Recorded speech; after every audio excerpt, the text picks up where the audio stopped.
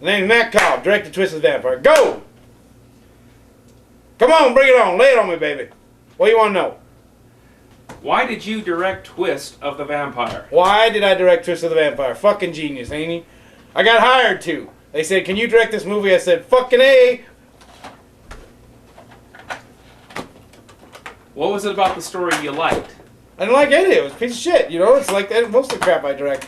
Some idiot wants to be fucking Orson Welles, and so they hire me because I'll direct for peanuts and beer, and there you have it. What's between you and Wes Dietrich, the star of the movie? What's between us? What, you think we're like butt buddies? Ain't nothing between us. The guy's a lousy actor. He's a pain in the ass. And fucking Ron Ford hired the son of a bitch before I got there. I know saying casting. I had this group of assholes I had to work with. There's Wes Dietrich. I'm fucking god of the screen. Then there's Jackson Bostwick. I'm Mr. fucking hero. Nobody can tell me what to do. And then Carrie Severance. You know, she's pretty good, pretty talented. Nice piece of ass. Tried to fuck her. Bitch would have nothing to do with me. You know, like panties of steel. But, you know, she didn't do too bad in the movie. Brought in the last second by fucking Dietrich over there. And did a play with him. Some bitch that Ray tried to hire before that flaked out on us. So we need a new bitch. And Carrie came in and by God, she kind of nailed it. Anything else? What else you want to know? Come on, time's money. Bingo. Lay it on me. How did you get enough money to afford that whiz-bang special effects guy? Hey, that guy was a treasure, wasn't he? Yeah. Yeah, I think they had some fried pork rinds in the back of someone's truck. He went for that. What else you want to know? How was it to work with Ray Biddle? Ray Biddle. Well, Ray's a nice guy, you know. Don't know a fucking clue about what he's doing. But maybe someday if he grows a brain and goes to school or something, he might know what he's doing. But he's the guy to work with, you know. He doesn't give you too much shit. He says, "Oh, you got experience. I don't. Do your stuff. You're better than me. Wow."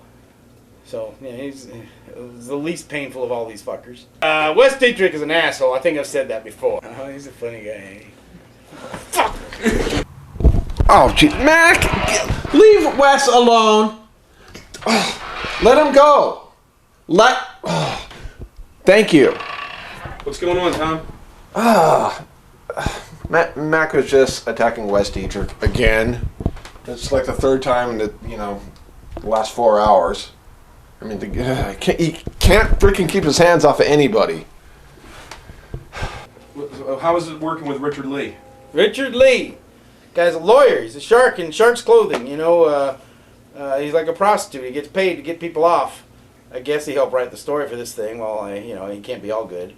But he was easy enough to work with. Always have a smile on his face. I'm Richard Lee. I'm here for this movie. He was all right.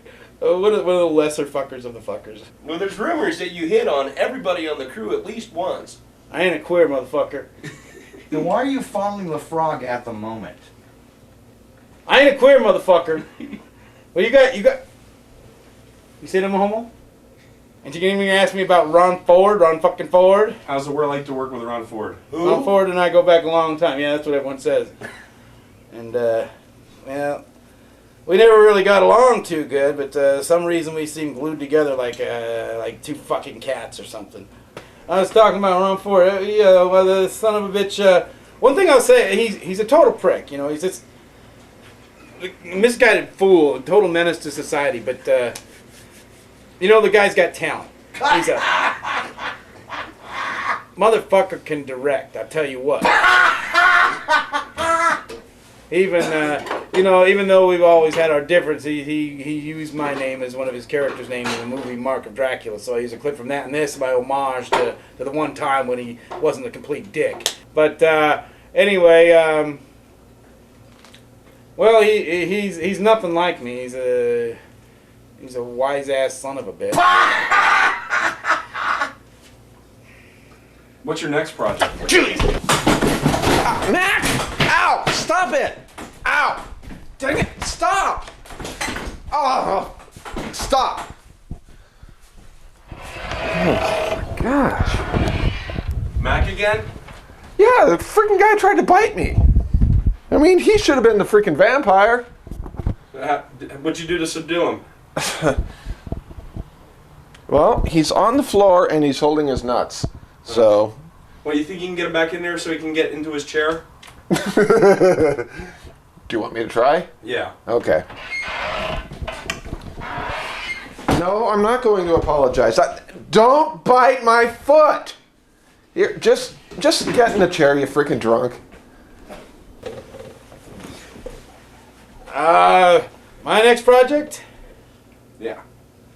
Next time someone decides to throw a few bucks at me and say, make my fucking movie because I'm too stupid to do it myself. You tell me, maybe for you, Mr. Biddle. Sweet. I don't know, is there anything else? Alright, how did you come involved with this story?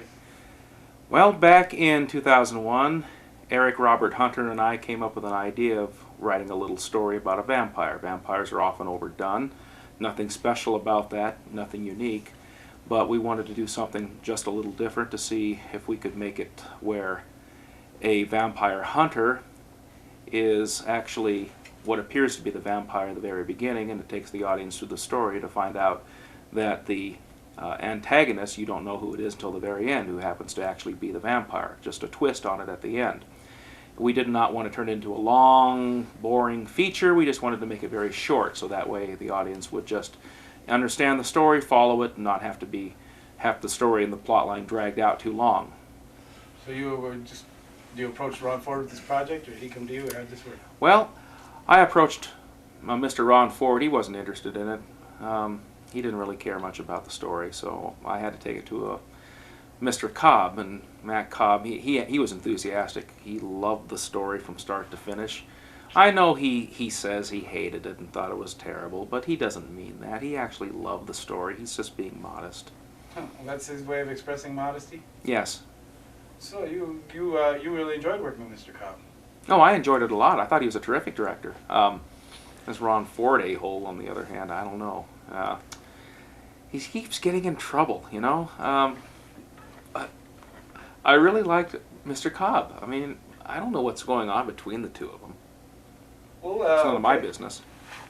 Was this your first involvement with Mr. Ford in the cinema? No, I was involved with working in a couple of projects. The Road, which is also on this DVD, I was a part of that. Another picture, Snake Man, which never got off the ground because of the crappy editing, and the investor pulled the funds out from under the project, and so it got canned really quick. It was a neat story, a neat character. I enjoyed the character, the Snake Man. The story's about a guy who transforms into a snake. Who's this figure here beside you? Well, as anybody who's watched Twist of the Vampire will tell, if they're a horror genre, it's really a homage to Carl Kolchak. This is a figurine of Darren McGavin. Darren McGavin, who played Carl Kolchak in the 1970s popular show The Night Stalker. And of course, a homage is, if the movie is successful, it's a rip-off, or a plagiarism if it's not. So, but there's all sorts of Kolchak homages in Twist of the Vampire. I think that fans of the horror genre will get it and will appreciate the gags. Twist of the Vampire, of course, was a vampire movie, takeoff on a lot of the cliches of the horror genre, and the vampire genre is also meant to be a poking fun at the 1940s gumshoe. And that was what this was supposed to be about. The first amateur project that I did was Crimson Detective, also included as an extras feature on this DVD. It was only an experiment in making a movie, but I've always liked the horror genre, and I've always liked the gumshoe genre, the 1940s witty one-liner, Humphrey Bogart, Sam Spade type of approach, and I thought, would it be neat if I could combine both of them? And so Twist of the Vampire is a very short project involving the merger of both genres, and I think we succeeded. It's only 30 minutes long, and it combines both rather well with a smoky 1940s type of flair. Well, and I noticed Jackson Bostwick's involvement in both those projects, Crimson Detective and Twist of the Vampire as well. Yes, he did a terrific job. The first one he helped me out on, and he contributed some ideas to how to put the first one together. And for Twist of the Vampire, I had him in mind for the vampire role almost from the very beginning. And he graciously said, yes, I'll go ahead and do it. And I prepared the role for him, because if once he said yes, once I knew I actually had him, then I could prepare the role to tailor for his personality, his temperament, and I thought it worked out just fine. It's not every day that you get an actor that you really respect and admire, that you've always known for a long, long time, to be able to act in a movie with you, and that's what I was able to do. Get him in 2 projects, and it was a terrific, fun romp all together. Cool. So how did you meet Jackson? Is he a friend of yours? Yes. Known him for a number of years, and he hung out in Santa Monica. I used to go down there all the time and just bummed around and met up with him, and we hit it off really great. He was a graduate of USC Film School, or not the film school, the drama school, and my great uncle was an instructor there, and coincidentally he happened to have seen him give a lecture there one time back in the 1970s. Oh, so did you approach him? You were a fan of his show? Yeah. And it was a fun show. I met the producer once of that show. The show was Shazam, a 1974 kids show. He was actually the second